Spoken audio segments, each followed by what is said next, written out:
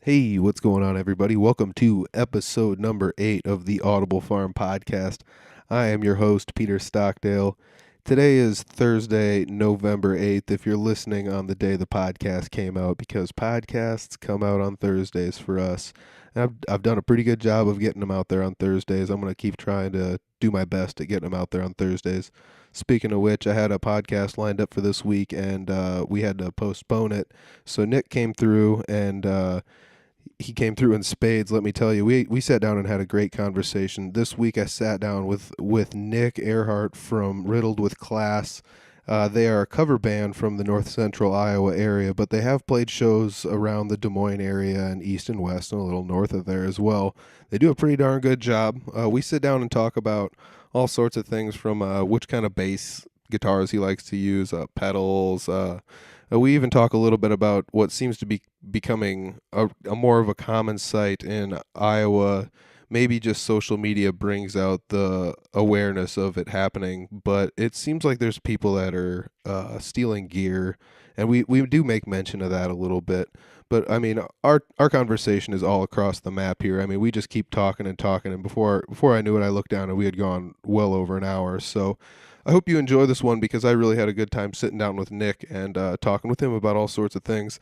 Because believe it or not, we haven't ever really had too much time to sit down one on one and talk, and it was a great time. So I'll definitely have him back on again, because we covered a lot of ground, but we still left a lot of stones unturned. So I'll have him back on again. But this is episode number 8 with Nicholas Ehrhardt from Riddled With Class. It's the Audible Farm podcast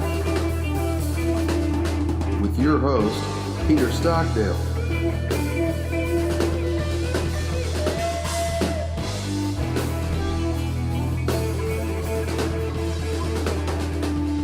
Hey man, how you doing today? I'm good. How are you? Good. I'm sitting down with Nick Ehrhardt.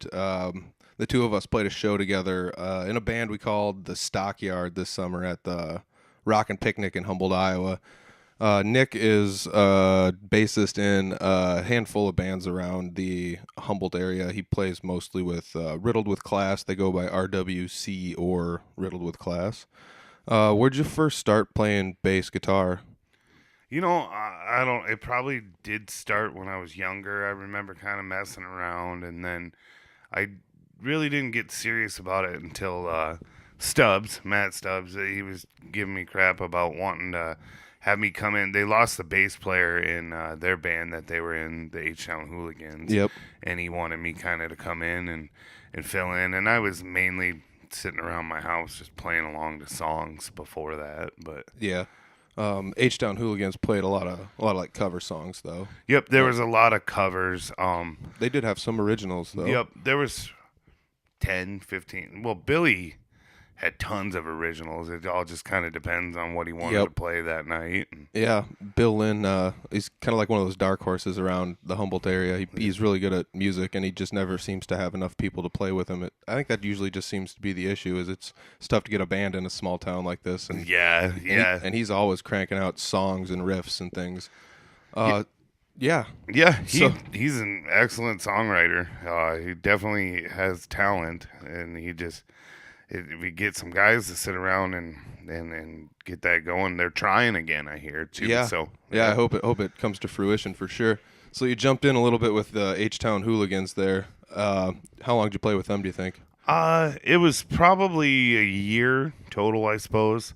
At that point, Mike, who's a fantastic bass player, there were times I couldn't play shows, so Mike could play bass those nights, and then when I could play shows and Mike was there, he'd play guitar. We kind of almost alternated. Oh, that's cool. And yeah, it wasn't a ton of shows, but it was fun, and it got my my feet wet, I guess, and Yeah. it got me excited about playing music. Yeah, you play a lot of the bars around the Humboldt area. Yeah. Well, in H-Town, we did a lot.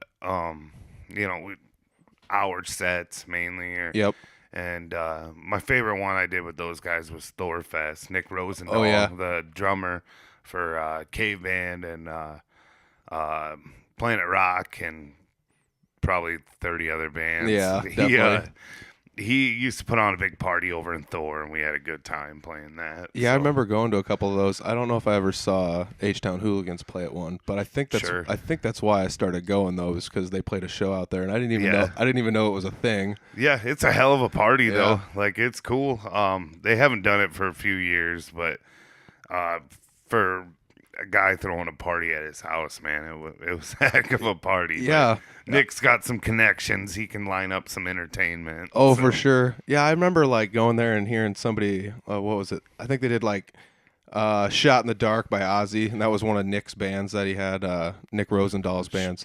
And I was just like, holy cow, this is really good. Like, and we're in like Thor, Iowa, and there's like nothing. There's like a church and a restaurant and like 30 houses, and that's all that's in the town. Yeah, it's a BYOB thing, because otherwise you got to drive 20 minutes in any direction to get your own beer. You know, and I mean, there's not run out. There's not even a gas station in the town. No, I mean, there's an elevator. Small town Iowa living. But yeah, I mean, those are great shows. I've never got to play on one. I kind of think it'd be fun to play on one, but now they're not really like doing them so much anymore. So it's they were flash in the pan, but they were fun while they last. How many of those did they do? Do you know? I think I was at 3 or 4 separate ones. I want to say it was like 7 or 8. Somewhere, I moved about 6 months ago, but somewhere in a box in my basement, I have little frisbees that we were supposed to toss out that said the 7th annual Thor Fest. Oh, that's cool. Yeah. So yeah, they did like 7 to 10 of those. That's sweet. I made it to like 2 or 3. So right on. Yeah. That's good stuff. How did the H-Town, your time with H-Town Hooligans, like how did you transition from there to being what Riddled With Class is now? So, Bill was kind of the leader of H-Town. He got super busy. He worked for a seed company over in Renwick, another really small town. Yeah. And we kind of slowed way down. And then it got, Mike wanted to play bass again, so Mike moved back into the bass role, and I kind of just Bill had this idea to get Jed Rastetter, Justin Rasmussen, Matt Stubbs, and myself together, and we would form like a side band, and that was Riddled With Class. Actually, Jed named it. It started off, slow, and then Bill just didn't have time for it, so he kind of stepped out of the way, and that's when we brought in Cody Nielsen, or Helmet, as we affectionately call him, regionally known as Helmet. Yeah, and then we practiced for a long time. We came up with a list of songs, and I remember like struggling, just to get an hour of music to go out, and then we were going to go play at the Afterlife, you know, and that, if it wasn't for the Afterlife, I don't know if this band would ever really got going, because that was our chance to go out and, instead of being like, hey, now we play 4-hour shows. Yeah. And we pick and choose what we want to do in those 4-hour shows. Yeah. But in the beginning, we were fighting tooth and nail just to come up with an hour of music, And, it's tough, dude. I mean, like when we did the Stockyard show, we only had to fill like a half an hour, 45 minutes, and we had like 35 or 40 tops. Yeah, like absolutely. Tops. And so, yeah, it's tough even just bringing a whole hour together. Well, and at that point, there were, Jed had never been in a band before.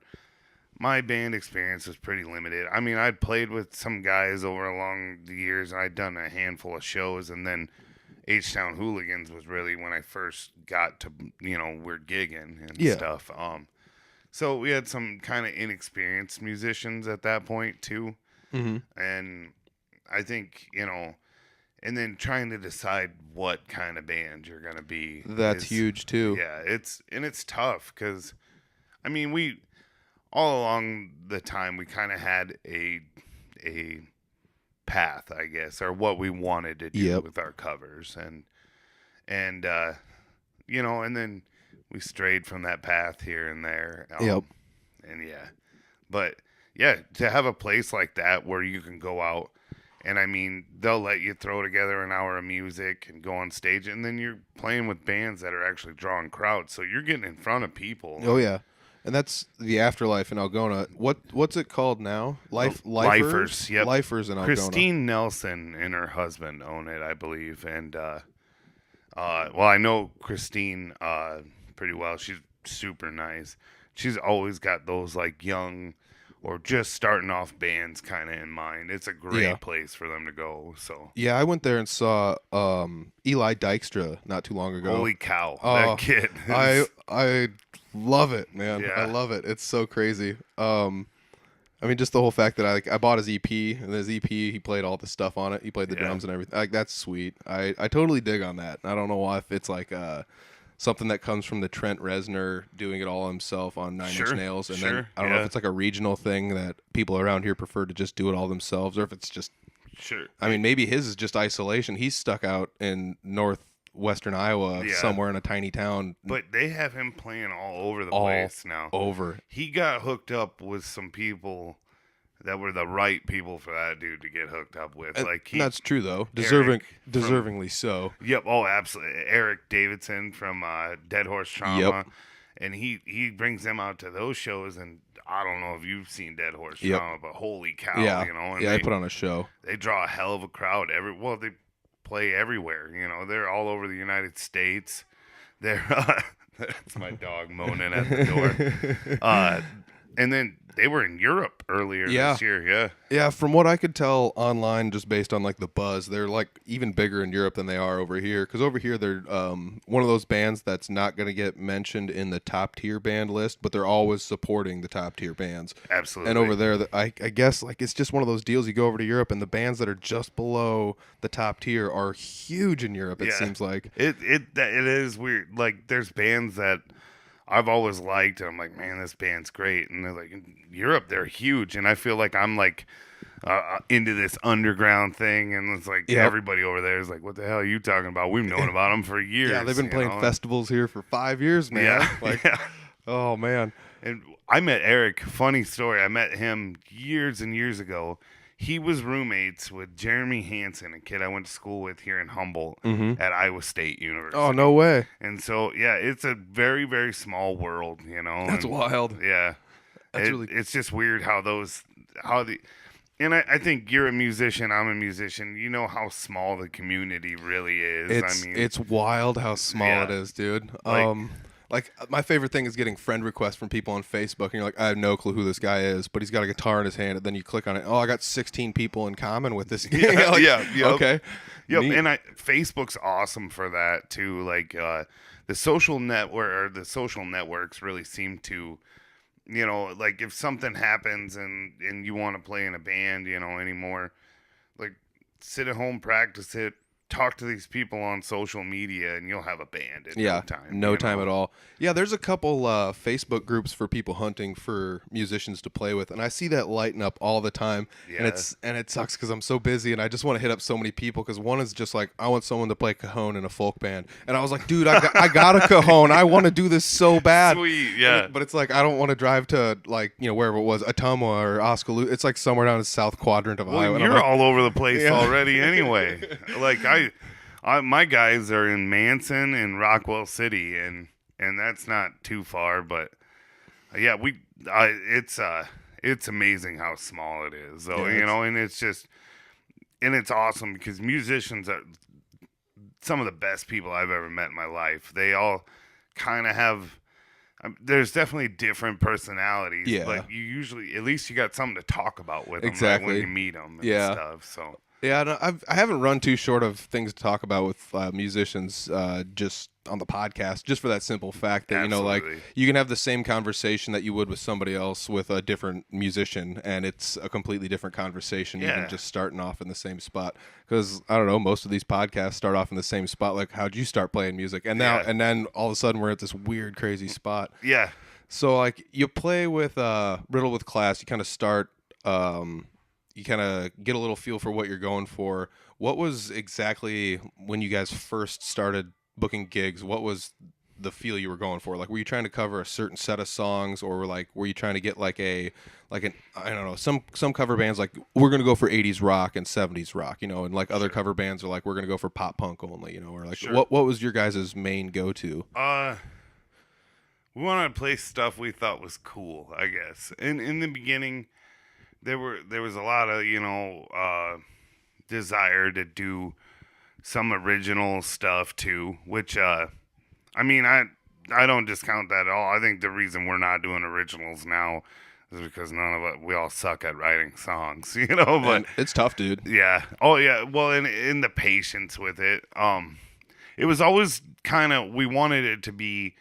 We didn't like Saucy Jack is awesome, man. Oh, yeah. You know, like that, you go see them and you're like, holy cow, you know. Exactly. And then, but like, if we're gonna sit around and play AC/DC songs and Leonard Skinner songs and stuff, we're not gonna sound as good as those guys. Yeah, like, there's just exactly. no way. So we had to do something different, and that it all kind of stems from like '90s alternative, which is, to me, that's probably my favorite decade of music. I guess, you know, Yeah, it seemed like a lot of you guys, that was most your preferred choice in music for the most part, I guess. Absolutely, yeah. I mean, like Nirvana, and I'm a diehard Red Hot Chili Peppers fan. Yeah. You know, being a bass player, Flea was definitely an inspiration there. I just but we wanted to be fun, and we wanted to be, you know, the band that, a party band. You know, we didn't want to be too serious. We didn't want to take ourselves too serious either. Exactly. And it got, I mean, yeah, it was fun, and it took a little while to get I remember our first 4-hour show, we played the same 2-hour set twice. Yeah, and well, that was interesting, you know, but it works out. yeah, I mean, yeah. but I think the benefit of you guys playing some of, I don't want to call it like your generation's music, because our generations are pretty close. We're only like 2, 3, 4 years apart, something like that. Sure, yeah. But I mean, I grew up on punk music, and let's say like you said, your Nirvanas and your, like, I just call it the MTV music era is what I just when they refer- actually had music. Yeah, on when they there, actually had music videos on there and stuff, like all that music just seemed to be what like you and all of our friends around the Humboldt area kind of listened to. And the benefit of that was when your band would go out and play these shows, you'd play at a bar that was semi-local. All of your friends would come out to see you, and they're like, "Dude, these are all our favorite songs. Like, this is sweet." So you ended up with this almost like a built-in audience, like when you guys started, and that was pretty awesome. Yeah, and it's changed a little bit over time. It definitely has. Bringing in, you know, new guys, commitments change and stuff like that, and jobs, you know, and that's the other thing.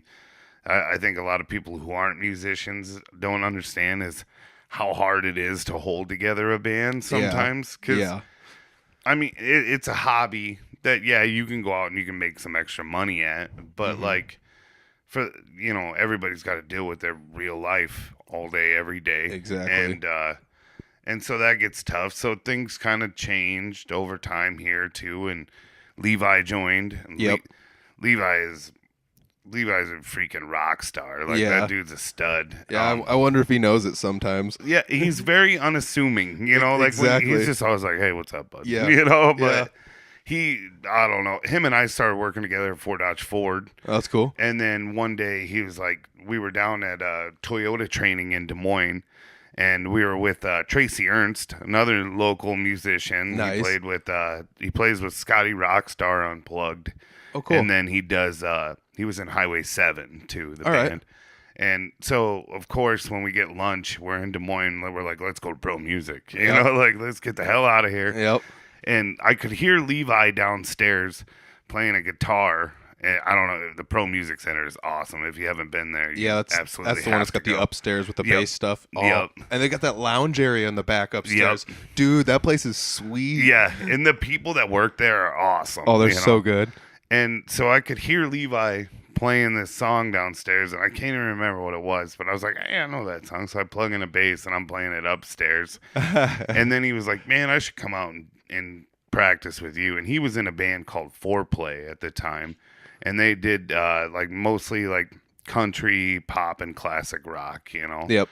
And he came out and started jamming with us, and I remember Stubbs was playing drums at the time, and Stubbs just kept bugging him until he agreed to join the band.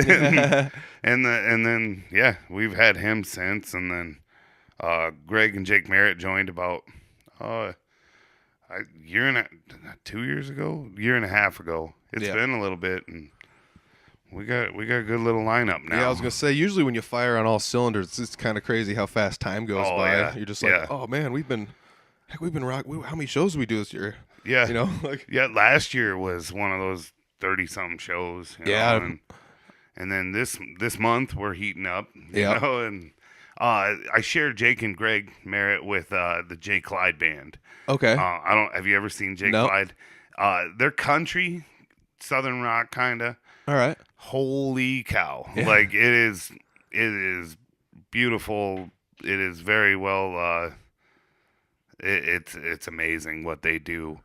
Last year we played New Year's with them, and I'm sitting there and I had a couple of drinks and I'm watching my guys play with their band, that they've been in for 7-8 years now. Jeez. And I was just like, I can't believe I'm in a band with these dudes, And so Jake's phenomenal drummer.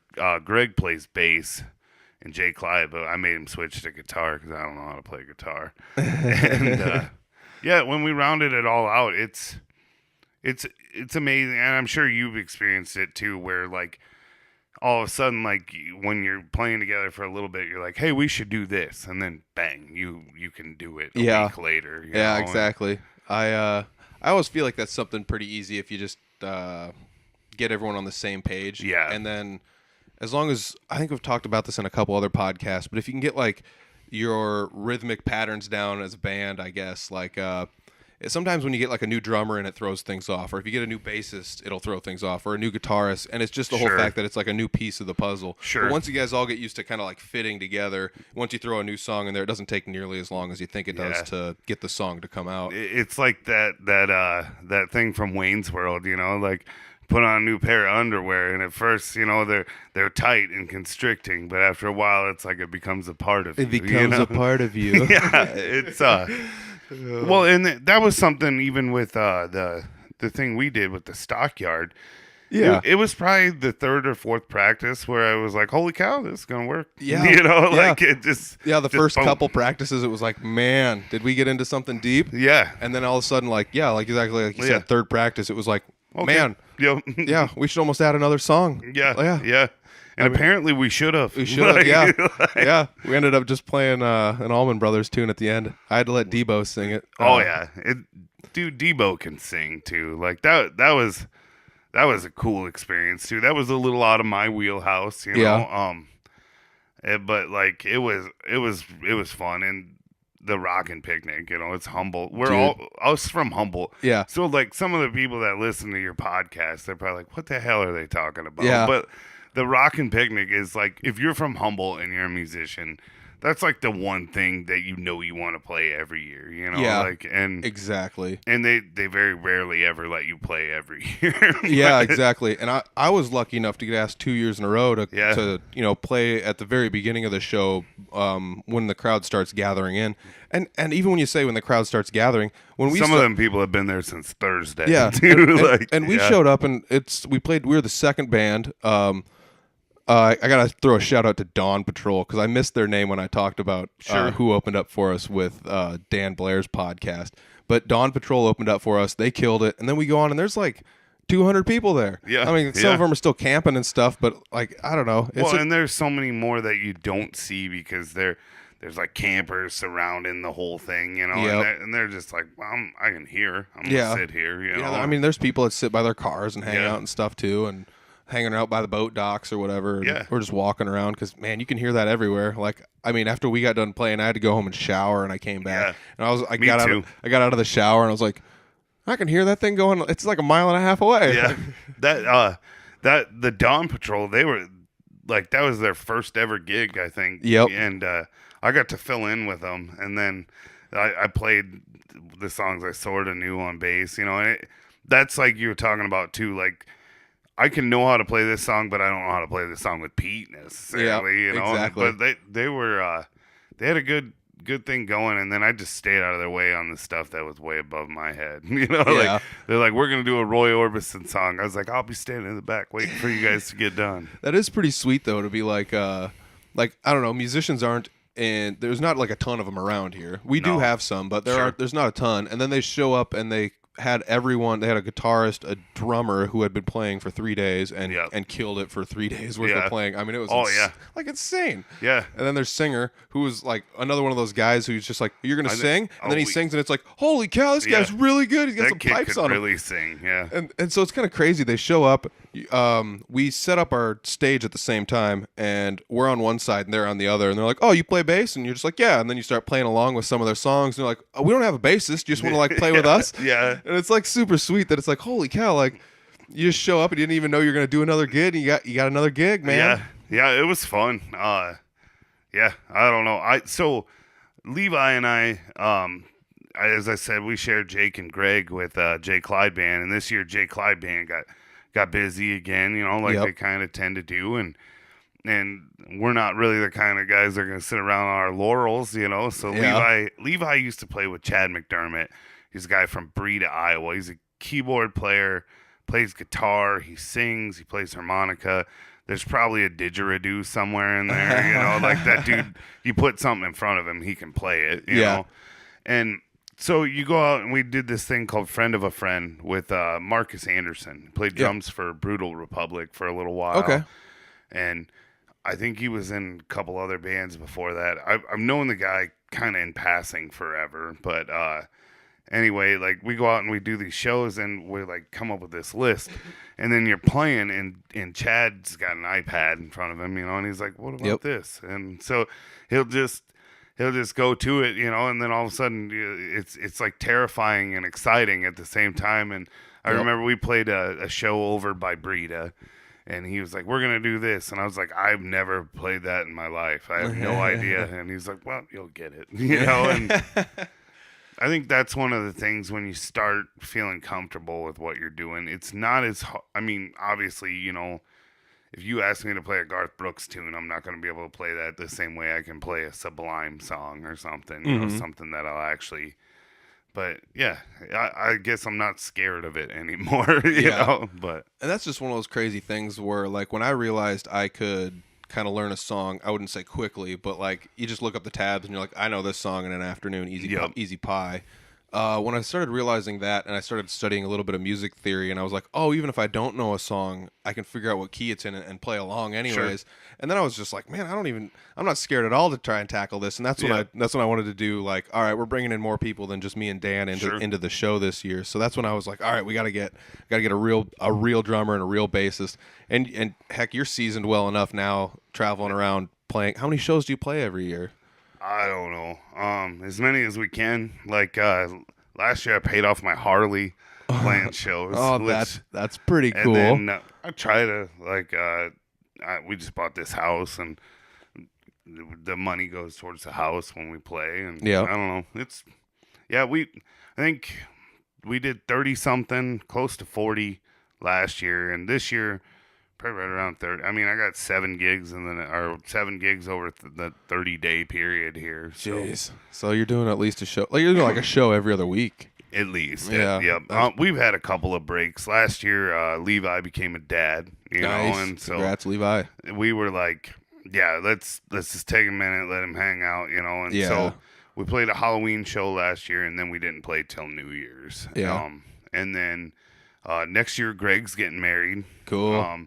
And that's cool too. Like, I think that's something that people, I mean, I know everybody's got friends and stuff, but people that are in bands, like, you get to see, like, it's a different kind of friendship, Exactly. Like, you're in business together, I guess, in a way, but it's somewhat like a coworker relationship, but not so much in the fact that you're not both there to do a mundane job getting paid random just paycheck. You're not like a number on. Yeah. You guys are actually there both out of something that interests you. It's a hobby / business, like you said. And then you get to see these people live their lives, and it's different than the way you would live your life. And you don't have enough interaction with them to be like a friend with them, because I feel like a lot of people have friends that are a lot like them. Yeah. And then if you get like in a band together, it's like, well, I'm just gonna have to get used to these people being different than my normal scope of friends. And then you get to see like, oh man, this guy's getting married, cool. Like, this guy had a kid, that's sweet as like. Sure. And like in that it's like with us though, like,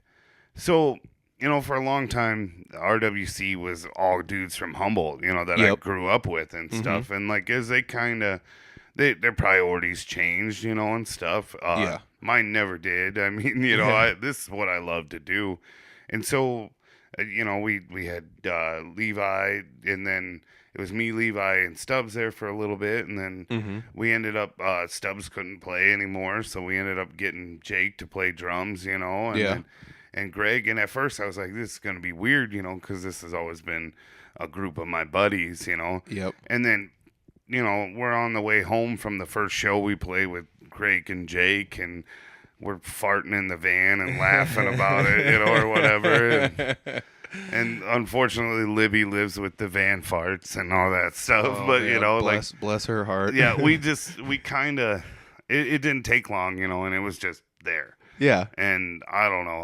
I think some of that comes from, even the type of music we play, where now it's different because you got Levi who's like, there's times I would get in Levi's truck when we worked together and we're at lunch and he's listening to like, like heavy metal. Yep. I'm like, holy cow, dude, what are you listening to? And then, but we all have that same background, where like, Foo Fighters is probably a big band for our band. I think we do 3 or 4 Foo Fighters tunes. Yeah. Like Blink, and we can find common ground in that stuff. But then, like, there's the pop punk. Yeah, which, dude, I totally dig the fact that you guys do pop punk, like the I Blink love pop 182s punk and stuff. Yeah, because I've always wanted to start a pop punk cover band. It's fun because I feel like the area would need it. But you can't have a pop punk cover band going 4 hours. No, you'd be playing like 120, 130 songs in a night. Yeah, I see. I kind of have that thing where I'd love to like just put together one that's all pop punk and play for like an hour. At places. I don't know where the hell you can go play for an hour every time now.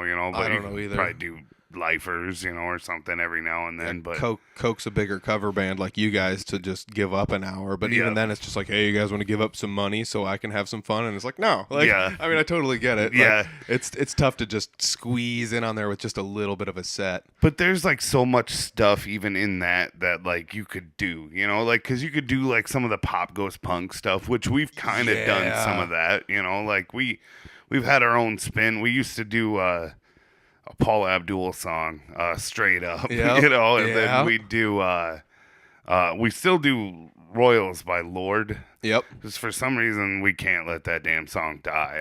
I've wanted to stop playing it 3 years ago, but oh man, but it goes over well. But like you could do that.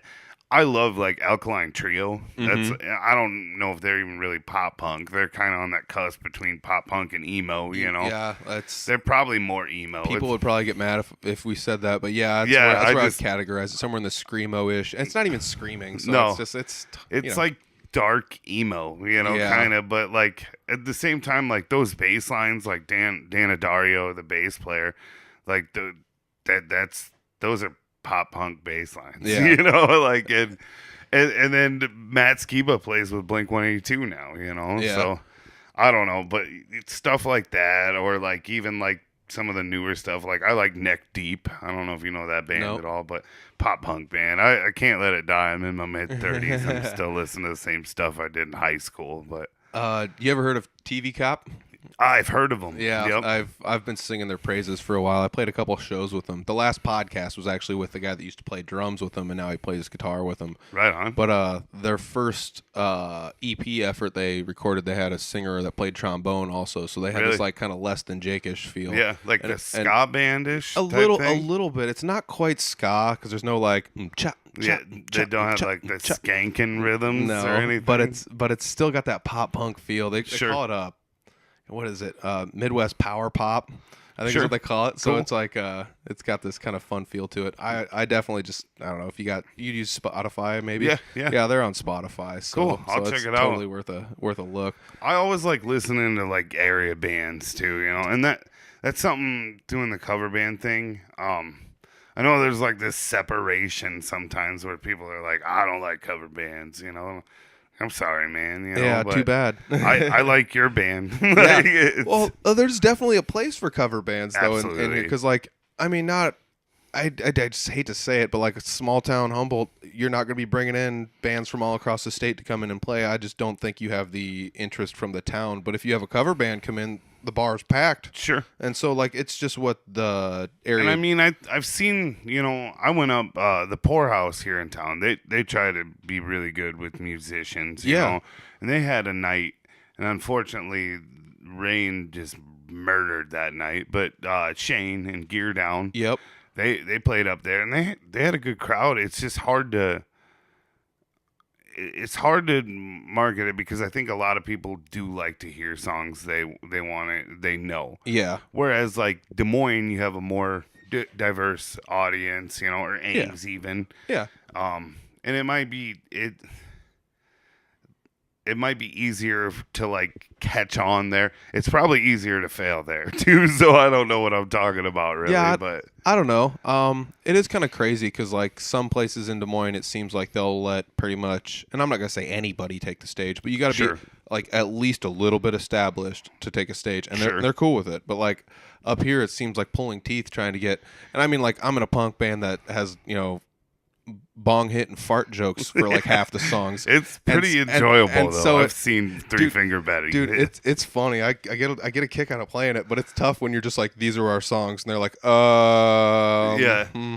like okay. That is another nice thing about being in a cover band is very rarely am I asked to release a set list before a show. Yeah. Like, are your songs safe and it's like, I mean, yeah, if they're not, I'll change them, Yeah, and we tried it, like, this year we did a couple, or really only one, like, street dance, and we were like, all right, we're not going to cover Killing in the Name of by Rage Against the Machine. Probably not. Like, downtown Lytton is not going to appreciate that, Exactly. And then we almost did that damn song because the response we got, Yeah. But yeah, I know what you mean. Like, and then I think when you're doing your own thing, like, yeah, you definitely have like, this is what we're doing. This is our style, Exactly. And I think cover band, it's easier to switch it up a little bit anyway. But yeah, I mean, the benefit of doing like Betty is when you show up places, it's like, dude, y'all know what you signed up for. Yeah. And most of the time, like, I almost just hate to call it out, but our most famous song that we have that we've released, like it's gotten most listens on like everywhere we've released it, is Too Fat to Fuck. Yeah. And it's like my least favorite song to play, but everyone's just like, this song is awesome. Sure. And so you get that like punk feel of a song that is just totally nonsensical lyrics, and everyone just loves it, dancing all over the place. And it's like, all right, I guess, like, I mean, it's what everybody loves, and it's tough to just be like, to call up a small town bar and be like, can I come and play Too Fat to Fuck in your bar? Sure, and they're like, I don't know, maybe. But I mean, like, you got to check it out online. Like, if you're just listening to it based on my description of it now, Three Finger Betty doesn't sound like a very good band. Check it out online. There's plenty of videos. I've seen Three Finger Betty. They're a good band. Yeah, it's crazy because I feel like I always sign up with bands and I end up being the least talented musician in the band by hook or crook every time. That's my life. I just own all the crap so they can't fire me. Like that's I don't know. That's why I tried to make myself worthwhile. I started like the YouTube pages for like Three Finger Betty. I started like Audible Farm, started recording stuff. Like, I got a podcast. Don't kick me out of the band. Drag me around so I can talk to people. No, it's good. It's good. No, you said something there earlier that I just want to say. I feel like if you've never said, well, they know what they signed up for, then you're not doing things as hard as you want them to be. Like. Exactly. And it's not like we're going places and playing horrible shows. Because to be honest, like, the first year I ever got asked to do the Rockin' Picnic, they asked me to come up with Three Finger Betty. Oh, really? And I was just like, I hate to say it, but I don't think we can do it just for the simple fact that it's not not a fit. It's not a good fit. We might have fit in on a Friday night. Sure. But it's not a Saturday afternoon when people's kids are there at a bag tournament. Sure. And there's like barbecue going on. And like, no, like, we're not going to come out here and yell a bunch of profanity in people's faces. Sure. Like, and it's not that I wouldn't, but it's not proper for the time and area and the show and stuff like that. So that's when I was just like, all right, blues, we're doing blues then. I'm still going to do a show. And so, like, I don't know, I dig doing the Betty stuff, and it's not like we're trying to like offend anybody or do anything. You're just trying to have fun though, dude. Just having a blast playing music. And there's definitely an element, there's room for a little bit of comedy and laughing, in Exactly. music. And I feel like that's something that gets overlooked a lot. So many people we used to do Peaches by the Presidents of the United Yeah. States of America. Stupid song. Stupid song. And we do Creep by Radiohead. And that's a beautiful song. And it means something more than my dumb brain can comprehend. But like, just I think too many people take themselves too seriously, and Exactly. but like you also have to know, what you can and can't do Yeah. by what venue you're at. Exactly, yeah. I mean, but like saying that, like this last year we got, we did a street dance. We played A-Bait. A-Bait, you Yeah. can do whatever you want. Yeah. Like Gosh, that's got to be a hell of a show. How many people were at that, you think? I don't know. It's hard to say. We were the very first band. It was our very first opportunity to go there. It sounds like maybe we'll be back there. Cool. And with A-Bait, you like pay your dues, pretty much like Exactly. like you get to be the very first band that plays while they build the stage around you, pretty much, and then if you keep doing it, you get to be like Cross-Eyed Mary, and they played the main stage last year. Exactly. And those are just three cool dudes from up the road here, That's really sweet. Yeah, and and they did a great job. I was there for that too, but yeah, but so like, it's and when we build the set list, like we did a fireman's ball in Jefferson, and we're like, yeah, we're not doing Rage there either. Yeah, probably shouldn't. But I mean, all the while too, can we play a Skynyrd song? Yeah, and Yeah. we do a handful of like, we do that Georgia Satellite song every now and then, the Keep Your Hands to Yourself. Oh, or yeah, whatever. yeah. Yep. But then like, 20 minutes later, we're gonna do a Kill Switch Engage song, Yep, yeah. and like it is that. Well, they know what they signed up for. Thing a Exactly. little bit, but Yeah, I'd have to say your spectrum is slightly wide, but it's not like offensively wide. It's not No. like you're playing For the Love of Money by the OJs and then like, yeah, kicking out some like Union Underground yeah, the next song. Like, Lamb of God. you're like, holy cow, what is going on here? I mean, I think with 4 hours, if you're not somewhat diverse, you're gonna get bored. Yeah. But like at the same time, like you're hearing the Riddled With Class version of the Georgia Satellite song. Exactly. And and at the same point, our version of Blink-182 tunes and stuff like that. But Dude, I love playing Blink-182 songs. they're fun. They're just complex enough to be complex Sure. and still so easy you almost don't even need to look at Sure, what you're doing. sure. So good. So you're pretty good at picking out songs, it sounds like. What about basses? I mean, you always seem to have a couple pretty neat looking basses. Do you do your own modifying to any of the basses? I do typically. I there's one downstairs right now. It's my Fender. It was actually belonged. It's been passed down. Ryan Nelson had it forever ago. Yep. Jimmy Dotterell ended up with it, and I ended up with it from Jimmy. And it was this black and white Mexican P bass, that was banged up and I mean, there's a lot to be said about a bass like that, but I was like, no, I like this thing. I'm going to do something with it, and so I ripped all the guts out, took it apart, and I took it down to the body shop where I work at Fort Dodge Ford. Cool. I had them paint it pink and white, and they marbled it. That's sweet. And then different pickups. I went with Seymour Duncan's. Of course. That's kind of my go-to as a quarter pounders. Yeah. I put one of those Babbitt's full contact bridges on it. And then Hip Shot detuner. Yeah, those are pretty cool. Yeah, it's rad. I don't have one on that one yet.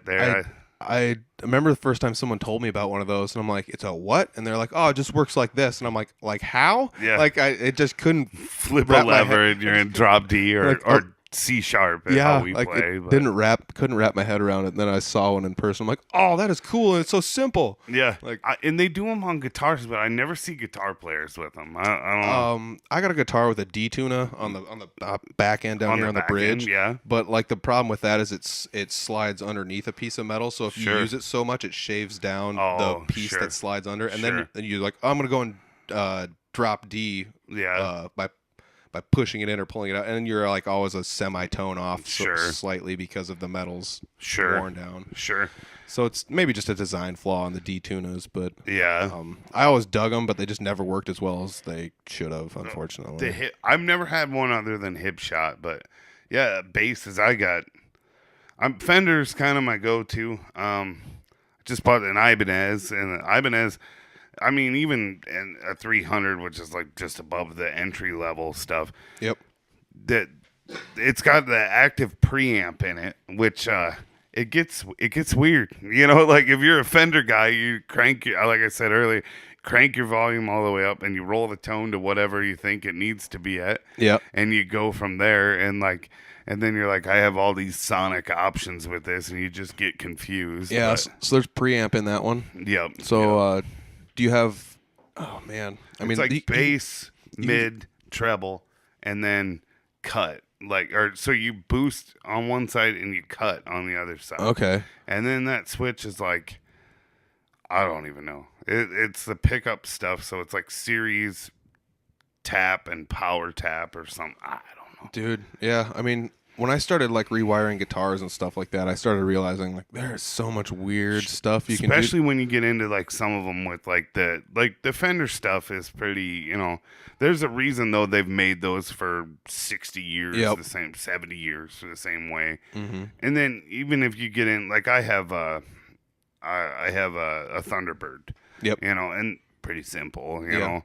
But anything that they put a battery in, holy cow! Yeah, like, the preamp situation gets really crazy because, like, if you got an active preamp, one that's battery powered, like I run a lot of PV amps. I like PV stuff, and a lot of their stuff is set up where, okay, this is gonna sound super weird. If you have non-active EQs like on a solid state stuff and you have it set at 0 and you start cranking it up, it just keeps adding stuff to it the whole way until you're at 10. Whereas like with most of my PV stuff, they say if you dial everything directly at 5, that's 0. And when you dial down towards 0, you're deleting stuff off of the preamp, and if you go upwards, you're boosting. And so that was something that was like I had to wrap my head around for a while. And then you start like somebody threw one of those in a bass guitar, and it's like okay. Now I really have to think about what's going on. Because do these scoop the entire signal coming out, or do you mess with? Volume, and then that's like your pickup. You know, centered is would be both blended them. Okay, so that's a pickup blend on there. So you got 3 knobs on the bottom. That's high, medium, and low for your preamp, and then it's volume and then pickup select. All right. And I mean, some of that stuff, like it's pretty easy. And then sometimes I just feel like there's a lot of knobs, you know, because then you got all that. And I run some pedals, you know, which is probably not necessarily. I don't see a whole lot of bass players using pedals. But I always dug the fact that you did use pedals. Yeah. I mean, I always thought that was kind of cool. Well, I started with a little Digitech Mickey Mouse thing, you know, and then I went to a Line 6 pod at the XT Live, which was cool. I could just never get it to do what I wanted it to do live. It takes forever to dial those in right. If I had some dude sitting there with a laptop, like tuning it every time, it would have been rad, you know? Yeah.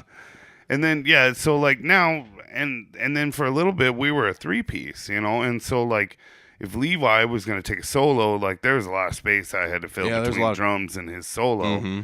And so I got into, you know, some of my pedals and stuff, and now we have 2 guitars, and I don't use as many of them, but like I love distortion on a bass. Like I think it sounds awesome. Some fuzz, you know, like the Big Muff Pies, you know. Yeah, man. That's I got one of those, and I got that weird thing that you have too. What are the vocal one? It's Electro Harmonics. I think it's called like a C1. Yep. Maybe like something like that. It's a vocal correction. Yep. And I use mine. I'm a terrible singer. I'm not the greatest either, and I use mine some. Like I didn't use it at the Rockin' Picnic because if it's going to be a situation where I'm the only one singing, I feel like it's too blatantly obvious that I got. And it can be like so. This thing you can you tweak it a little bit, and it might fix like where your voice would go flat or something. Yep. If you crank it all up, you're full T-Pain. You know, like and you can change the quote. They call it the gender. Yeah. You can change it to super high pitched or super low pitched. And like I said, I don't use it very much, but like there's a song called "Drunken Church" where I crank the gender down as low as it'll go. Sure. And then I use that to say the word Jesus Yeah. in the song. Which And would be, it's kind of crazy, but it comes out, like, I don't use it too often because it's an extra Sure. cable to hook up, and a lot of times the sound guy is just like, no, don't plug that in. And it's Sure. like, dude, just Sure. work, you know, so. And yeah. It's a neat thing to have. I use a wah too, you know, Yeah. we do a bass wah, and we do a Lenny Kravitz tune, Fly Away. Yeah, I was just And, going to think. and Yep. it's a little slap and pop with a wah pedal, and I use it for What I Got by Sublime too. It just adds a weird sound to it, you know, and I mean, I think I got a chorus pedal, I got this, I got that, but I think really those are the two. And then I just picked up a Sans amp pedal actually. Yep. Wow, that thing! I felt like I missed out on that. That's just cool, you know. You can run without an amp now. Yep. So that's a preamp that you can go Yep. direct into the PA. Into a house PA or Yep. something. I always like those because of how simple it would work. Like, that's one thing I was like jealous Sure. of a bass player. It's like you can come with a bag and it Sure. has all your stuff in it. Like, Sure. You can put that thing in your guitar case and bring it with you. Like, Yeah, it's awesome because it's just it. I mean, and it's almost the way I use it usually is like a preamp to my amp, you know. And, Yep. And but then, like, you know, there's times where like Levi and I just did an acoustic show this last weekend. Yeah.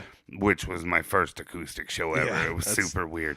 Bass players and acoustic shows, like, it's different. I mean, it went good. I'm sure we'll do it again. But I didn't even bring an amp. I just set my pedal board on top of my board, you know, Yep. because I use a wireless board, Yep. and plugged it right into there, and it amazed me how well it worked, you know. And, Yeah.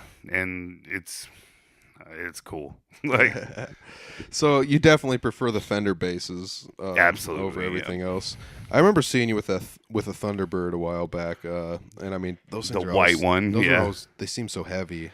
they're heavy. It's not that bass guitars are light anyways, but No. yeah. And, well, some of them are. That Ibanez weighs nothing, but it looks pretty sleek. I like the Thunderbird. Every time I play it, I'm like, man, I don't know. You know, like Yeah. it's definitely got its place. For a little while there, I was playing with some guys, and we were gonna start doing shows, and it never ended up coming to fruition. But we were doing classic rock. Yep. And I really like the tone of the Thunderbird Bingo. for classic rock. Totally, but- yeah. I was gonna say, like, it just, if I was playing a Thunderbird for a whole show, it's just like, man, what am I, like Motley Crue or what is this? Like, Well, and if you play it first, it's almost like your batting weight, you know, like when you strap on the Fender after playing an hour set with a Thunderbird, you're like, well, okay, this is awesome. so yeah, like, man, I dig the fact that you use pedals. I mean, it seems to be something that bassists don't dabble too much with, and I definitely think they should. Like, there's something to be said. I'm a guy that likes to use a decent amount of effects, very, very little bit. Sure, sure. Or use the effect full bore. So like, Sure. like if I was playing bass, for some reason I like having like the tiniest bit of chorus Sure. mixed into my signal. I mean, it's not enough to make it sound like I'm playing through a fish tank or something. Sure. You know? But, Well, like, even like Duff McKagan, he did that a lot, a little bit of chorus and a little bit of distortion, you know, from Guns N' Roses, Yep. Velvet Revolver. Yeah, it's a cool sound. yeah, and I mean, maybe it's just my preference, but I definitely think bass players can get away with using a lot more pedals than they ever do. 'Cause, Sure. Like the bassist in Three Finger Betty's always been like his bass, his pedal board's always changing, and I mean, like sometimes Sure. he's got full size pedals and micro pedals, and he's Sure. always wanted to just like, dude, I tried out this Moore acoustic thing they got because it was cheap, and it's like, yeah, it actually sounds pretty good. So it's Sure.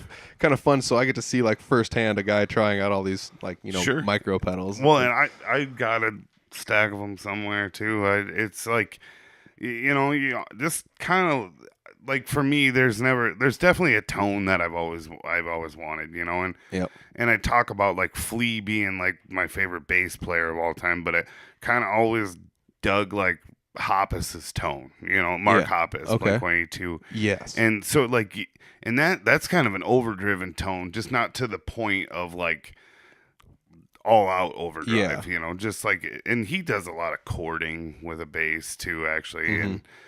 And I mean, chording, power chords, you know, Yep. but like some of that stuff, like if you mess with the tone a little bit, you could definitely get lost and confused. And so I can see how people don't do it, like because you go too far and then you're just like, all right. Yeah. I have a envelope filter called baseballs. Uh, But, that is one that a little bit goes a long way. So you Yeah. turn that up and it's full on like spaceship. yeah. And, like, which would have its applications somewhere, Sure. but that's something that's kind of like an auto walk kind of Sure, sound a little sure. bit, or like a phaser kind Yep, of maybe. with like, and it has, so it's like, yeah, it's got like a phase that like follows, it's like okay. it kind of hits, like you'll hit the peak and it just off the end of it. It's neat. That's It's pretty crazy. Yeah. And it always feels like when people start, like, I don't know, where would you start with pedals if you wanted to start with pedals? Like, with guitar, it seems like, I mean, you could, like you said, you started out with one of those, like a Digitech all-in-one unit, and those things can sound super good if somebody knows Yeah, how to dial those absolutely. in too. Like, Yep. I mean, they cost like $50 tops, and Sure. then they could sound great. But sometimes I feel like there's so much involved in one of those where it's just like they have all these It's too much. They have presets and everything, and if you're first getting into pedals, it's like, this has compression. What's compression? I don't even know what that is. Sure. Like, so then you start running through all these, like, you're just confused about everything. And I just kind of tried to, at least for the guitar, I just picked up, like, first was an overdrive pedal. Sure. And it's like, all right, this will give me a different flavor on every channel, and I use a 3-channel amp, so like, on the distorted channel, it just adds extra compression. On my main drive channel, it drives it somewhere closer to all-out distortion, but it still sounds like overdrive. And on the clean channel, then you end up with like a bluesy kind of a sound. Sure. if you Sure. keep it up. Absolutely. And so then you're like, well, what's next? Oh, there's reverb, and then you just add things in one at a time. So I added a reverb pedal, and then I added a chorus pedal, and then I added a delay pedal. And I feel like when you add things in one at a time, it's not quite as Overwhelming. yeah. I Like always that was the thing with like that. It was a BP 90 or something by Digitech, and then that line 6 is, it's just like, well, I want some of this, but and then you're going through it, and I think it's a great place to start with one of those but read the book, Yeah. like go through and like figure out and just sit there and mess with it and be like, all right, this is what distortion does to my sound, because Yep. I feel like when you're starting with that, you're like, I listen to like Levi and Greg and guys that are, they're guitar guys, or Greg, they're musicians, but you listen to them talk about some of this stuff, and even still, I'm like, I don't know what that is, man.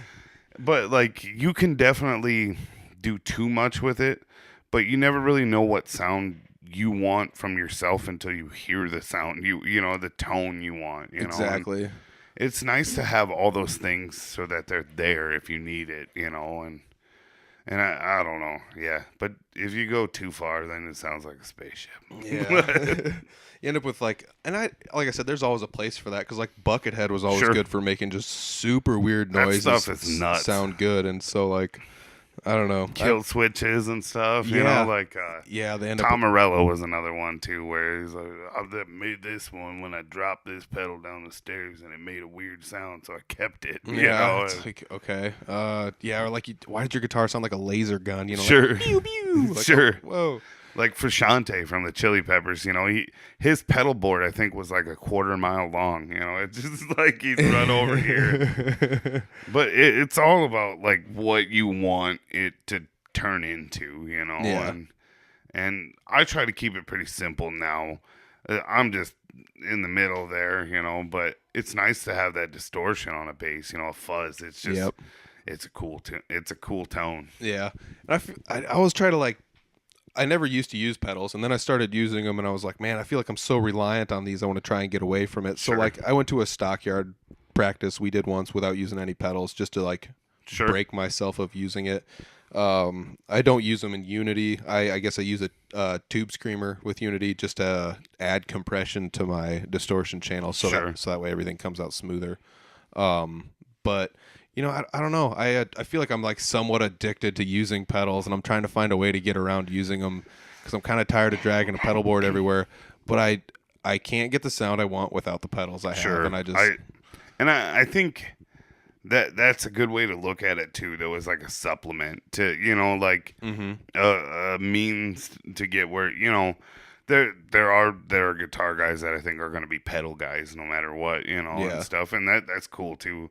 But like, yeah, if you're just using like certain tones to get the means, Yeah. I don't I almost feel like sometimes with my pedal board I should just get like a rack unit and just throw them in a drawer, because I don't even like most of them. I don't even step on them throughout the show. Sure. But yeah, then you're just I talking was about more over gear. at Levi's last weekend, and he just got this crazy switcher thing Yeah, where you can do like banks on them and stuff. I was like, I don't know, dude, that's way more than I understand how to do it. He's like, yeah, this is a trigger. Okay. Yeah. You know? And I always wanted to try one of those out too, but then it's like, man, my pedal board's only so big, and like I rock a Chemistry Design Works Holy board. God, that thing is cool too. Yeah, by dude, the way, I love them. Shout out to Chris at Chemistry Design Works, making that Holy board up there in Minnesota. I love that thing. it's cool. Yeah, the LEDs. I tried to replicate that not that long ago on my pedal board that you saw. I couldn't get the damn LEDs to stick right. I love that. I've had that. I think it's my favorite thing ever, because I was like, how come nobody's ever done this? And I just did it to my Holy board, and everyone's Sure. like, I'm doing this. And now like everybody I know it's not like everybody's doing it, but and I don't even care if It's they do cool, it, yeah. because it is cool. It's it's very most cool. what are they, copying someone is the most sincere form of flattery or whatever. Absolutely. So yeah, like I'm totally in on it. Use it Sure. up. Like, especially when you can go to Amazon and buy a lighting setup for one of those things for like $20. Yeah. Like it doesn't $30. It doesn't cost too much. So his pedal board like does these like color patterns with LEDs, and we were like practicing over at Jeff's for the stockyard stuff, and I remember just staring down at it like getting lost. But Yeah, it's neat. I got most of the effects send loop on the top shelf, and everything else for the preamp is on the bottom. And the bottom, I have all the lights underneath the board, and the board is raised off the ground like a 1/4 inch, so the light comes like glowing out from underneath the bottom of the board, and then it's pretty rad. And then underneath the effects loop, it's a different color, because the color bank I have on there has two opposite colors. Yeah. So they're always complementary. You get like a green and a purple, and Yeah. like, whatever. But I always kind of dug that. It's cool. I've been looking to get a new Holy board. I've been trying to contact Chris to see if he wants to do a little sponsorship with me. And I mean, I'm totally cool mentioning Holy boards, because I've used mine for like 2 years. I played 50 to 100 shows. I mean, probably 60 shows in the last Sure. 2 years, 70 shows in the last 2 years. I don't even have a case for it, and I've been dragging that thing all over the place. Like, my pedals still look great. Like, barely do zip ties ever break off of it. Like, Sure. I've got only like tiny scuffs on the edges. It still looks great, man. Yeah. I'm loving it. So I definitely love the product for sure. We were talking about basses a second ago, and we're getting a little short on time, but I wanted to talk about the fact that it seems like there might be an epidemic going around in Iowa, where people are taking musicians' gear, and I don't know exactly what the deal going on there is, but it totally makes me sad. I just saw a post today. Some guy had a Luna guitar, and I think he had a Martin guitar. I saw that one too. It's Yeah. like, are you serious? Like, Yeah. just out of his car They're in Dubuque. high-end acoustics. Yeah, and you recently had a guitar stolen from you, and it's just one of those things in a small town. It's just like, are you serious? Like, it has to be somebody we all know or something, and it's just a sad situation overall that it happens. Yeah, mine, I don't know. I almost like it. The main thing to me was mine. It was just a Squier Jaguar bass, Yeah. But it was like the one I sat down and I learned our songs with. It was always kind of the one I grabbed. It was just single humbucker. Yeah. It was active EQ on that one too. Uh-huh. It was the one I found myself like sitting down playing a lot. And street value on that thing, like you take that to a pawn shop, you're probably gonna get like $70, Yeah. like. But it had a little bit of sentimental Sentimental value. value, When dude. I started playing with H-Town, I played that bass every show I was in H-Town. Yeah, man. And I mean, I don't know.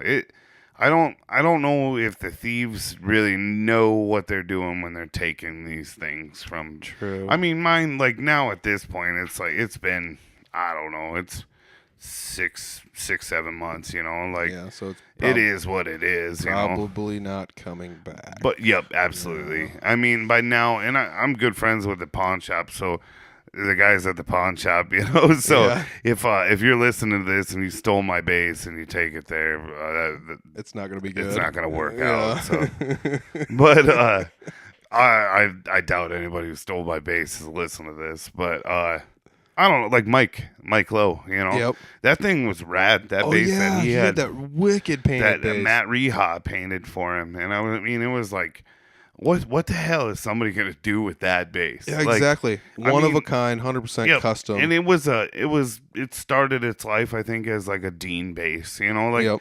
So, like, street value on that isn't there, but you take one look at that thing and you know whose it was, Yeah. and you just, like, I don't know why you would take that from somebody who very so obviously loved that instrument. Exactly. I'm Well, that's like that blue Les Paul I play, man. Like if that Yeah. thing ever disappeared, I'd cry my eyes out. But it's Sure. it's hell. I think I paid $100 for the guitar. Sure. It's just an Epiphone. It's not worth anything. Yeah, well- I mean, I've put it online, and people in forums have even been like, "You made this guitar worth even less than it originally was. I wouldn't give you $50 for it because you ground off all the cool the story, bro. Yeah, You like, know, like- so it's like yeah, it's not really worth much, but man, but it'd be so sad to have it go. And that's what's weird about what we do, with like, playing instruments and stuff, is like some of this stuff just becomes, I don't know.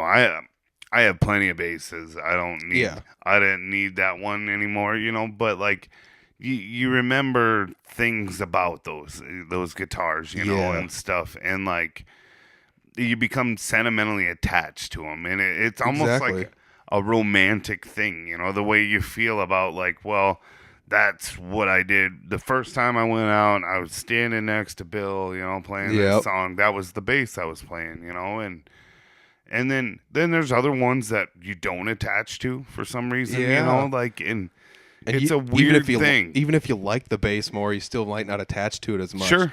And like I totally get what you're saying. The first guitar I ever had, I got as a Christmas present, and I ended up actually selling it to Justin Rasmussen, and that's what he learned. Right on. That was I don't know if he still had it when you guys were playing, but it was a blue Squire with a pick guard that was kind of pearloid and stuff. I don't know if I saw that one. He might have, But yeah. I think he ended up selling it to another buddy in town here, and somebody told me that it's like hanging up above somebody's mantle right now. Really? Because Cool. the pick guard was kind of neat, and I chromed it all out and Cool. stuff. So, but it was just a Squire, and it was kind of neat, and I kind of miss it. And I don't know if I'd try and hunt it down and find it and get it Sure. back. But like same deal. I after I had that guitar, I bought an Epiphone Les Paul studio custom. So it's like a really Sure. nice looking studio guitar. Sure. That was the one I played so much that like the metal was tarnished off on it and stuff like that. Sure. And I still have it, and I don't play it anymore. I haven't played it in years, and But it's still your guitar. yeah, and I've sold stuff recently because I'm trying to get off of some of my extra equipment, and I've debated putting that out for sale sometimes. But it's like, man, I might get $300 tops for it, and I bought it brand new. Yeah. So it's like I paid $600-ish for it when it was Sure. new, like 12 years ago or whenever I bought it, and then Yeah. Well, that was the same way with this one. Is I was like, I'm not gonna ever play that on stage again, But then I was like, I don't get any money for it, And I Yeah. kind of like the damn thing, and exactly. I don't know. And the one cool thing about that though too, and it's not cool because of the way it has to go about, but I put that on like Facebook, like, hey, somebody stole this guitar. Here's a picture, Yep. If you see it, please let me know because it belongs to me, Mm-hmm. It got shared like 150 times or Yeah. something like that. And Yeah, like, man. it kind of like touches a dude, where you're like, we're all like quiet and all this stuff, but then, to see how many people actually want to help you get your stuff back. Exactly. And it's not a big deal to them either, but like they just Exactly. took a minute, and then I saw that it got shared like 150 times, so who knows how many times it did. And Yeah. and now that poor bastard that stole that thing can't go anywhere. Yeah, Like, can't sell even, it. Can't even leave his basement now. Yeah, and well, I hope he plays bass. It's a fun one to play, But Yeah, and that's the thing I think a lot of people misinterpret a little bit about musicians. Is a lot of us are like, I don't know, socially awkward maybe. Everybody is Sure. to an extent, but I feel like if you wear your heart on your sleeve, you're going to be a little more socially awkward. And musicians tend to do that anyways.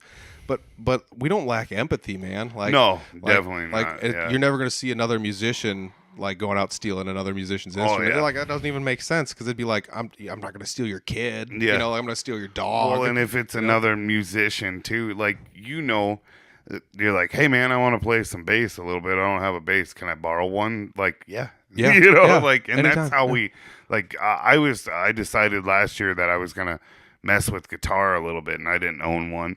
And Levi's like, here, take this, and it's like this beautiful guitar that I know it's not here, but he's got it back because I can't play. Yeah. That's actually my guitar there, but It's a nice looking Fender. yeah, but so he gives me this Fender Telly, and this thing's gorgeous, and I'm like, holy cow! He's like, yeah, play it. And, I mean, granted, we're buddies too, but like, yeah, musicians aren't gonna do that to each other, really, And Yeah.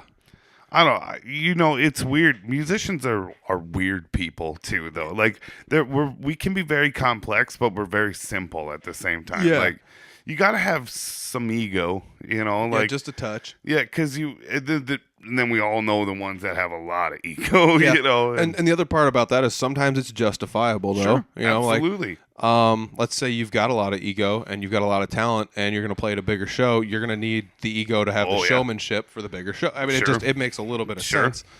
But then at the same time, we all have like these things, and we all have like that weird crippling self-doubt that hangs around in the background, and exactly. Like, I don't know. It's like we're our own worst critics sometimes, I love hearing that from other musicians because I definitely feel that way. Oh, you go and you're like, man, I had a terrible show, and I guess if I look out in the crowd and I see you're there, or I look out, I see like Jeremy Ober there, yep, or even Clint from the Blue Ribbon Ramblers. Mm-hmm. I'm probably gonna put on a little better show that night. Yep. Not necessarily, but I'm definitely gonna be more aware of the parts that I might slip up on. Yeah, exactly. But at the same time, like, I'd never hear one musician say, "Yeah, man, you had a bad show," or something like that. Yeah, exactly. It's a very accepting and encouraging group to be a part of, and yeah, I definitely feel that's something for sure. There's like certain cliques in certain areas where I feel like if you get away from the show and then you're sitting at an after party, it might get a little bit different response from a private situation, which even then it's better than saying anything negative in public. But that's something I think that even playing shows the last 2 years, I don't think I've ever heard one thing that negative publicly said about any other band at a gig I was at, which is kind of nice because it's like, at least we're not, even if you don't like the music or for some reason you don't like another person you're playing with, nobody runs anybody down like at a show, because we're all there to have fun and play music, and we all have the same and I think like goal in mind. There's times where like bands and musicians can be competitive with each other, and in a way you probably kind of have to be, a lot of times, I mean, my band's up for the same gig that this guy's band's up for, or whatever. Yep. And I mean, you can be competitive and not be salty. I don't know, but like, I don't really look at it as like somebody else's success is not my failure. Mm-hmm. I mean, I just have something to strive for then. And we as a band, we've always kind of strived to just get better, just play tighter. Let's add some new stuff, let's get this going.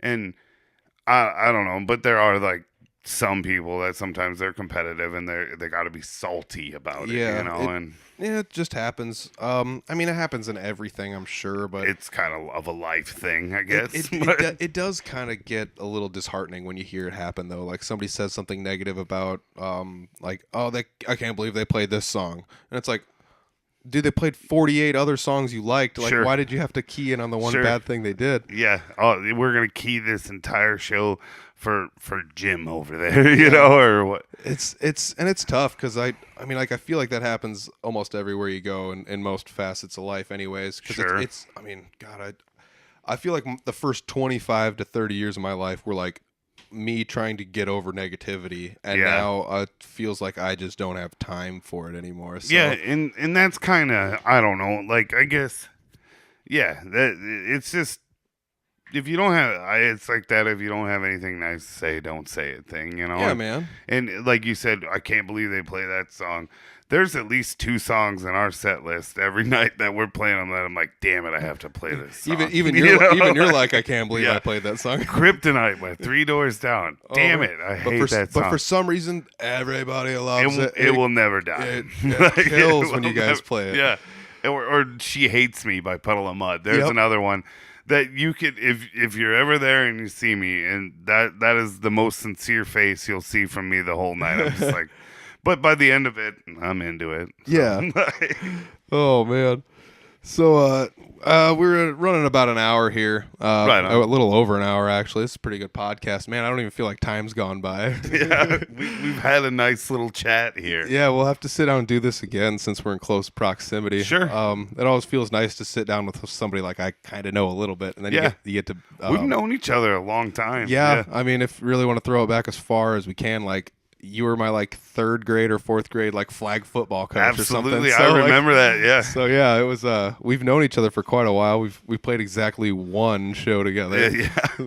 But we should probably do another one sometime. I feel like we should. If nothing else, just try and find an open mic night and everybody just show up. To it, dink around a little bit.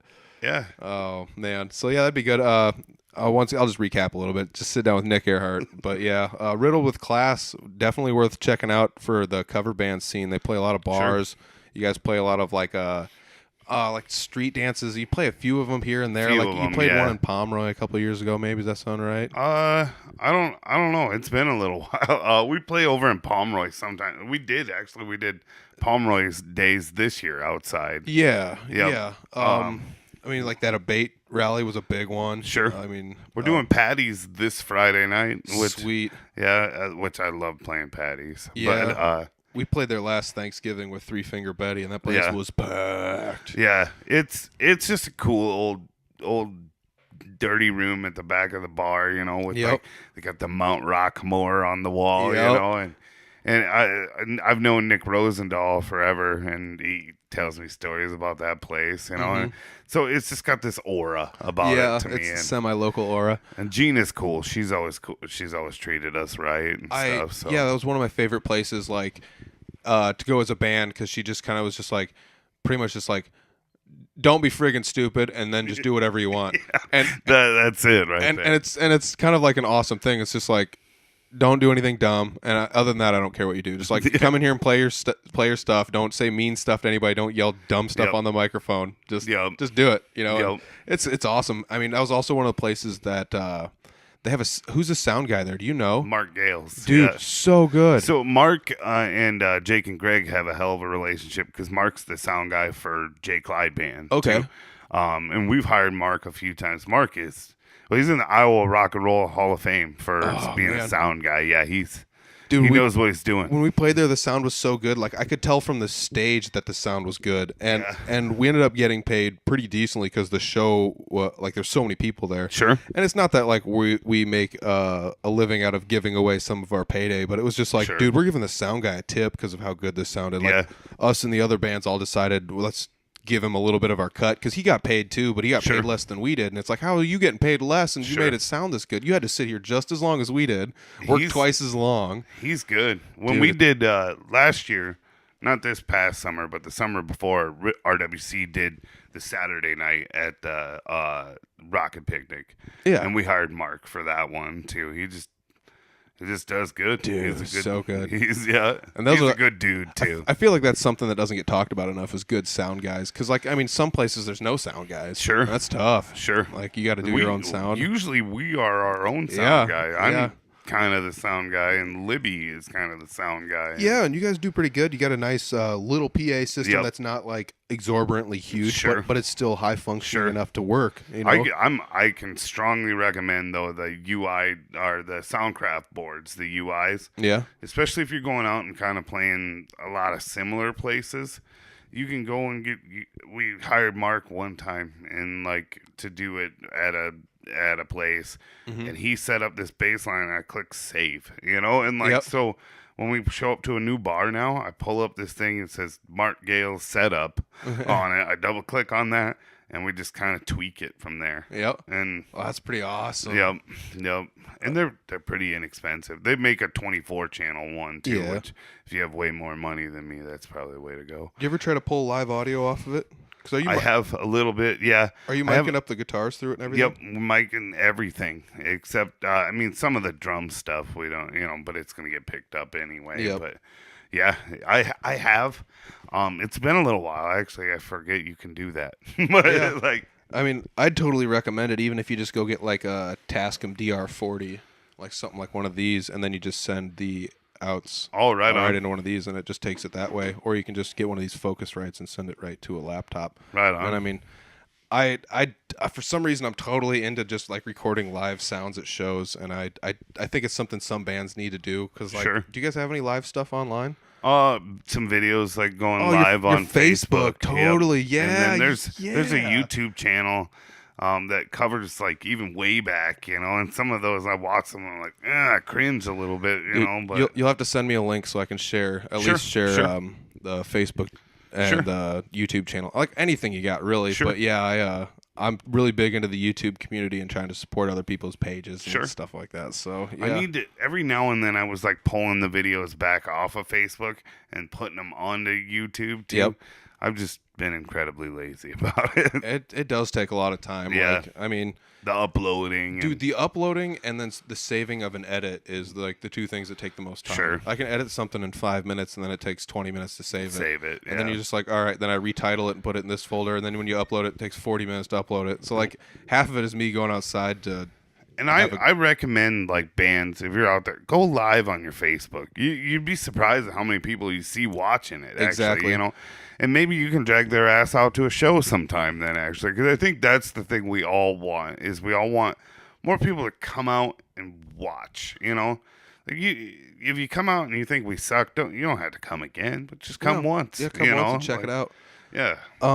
If you're gonna do stuff with a phone and record live, Yep. I would definitely recommend going on Amazon and looking up, like, they make them for like, they're like $10, and they're omnidirectional microphones for the bottom of it. Really? That Cool. actually, they make the sound thousands of times better than just a phone. So And our trouble we had, and we're using Liv's got, I got a Galaxy Note 8, which is a nice phone, you know.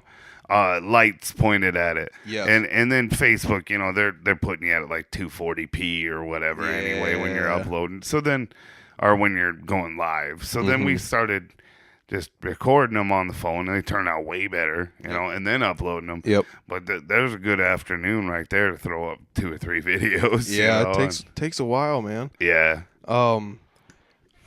I like to have jokes with Bob Minter from Code Zero Radio about how He's been our sound guy a couple of times, Dude, actually. Bob Minter. He's friggin' awesome love dude. Bob.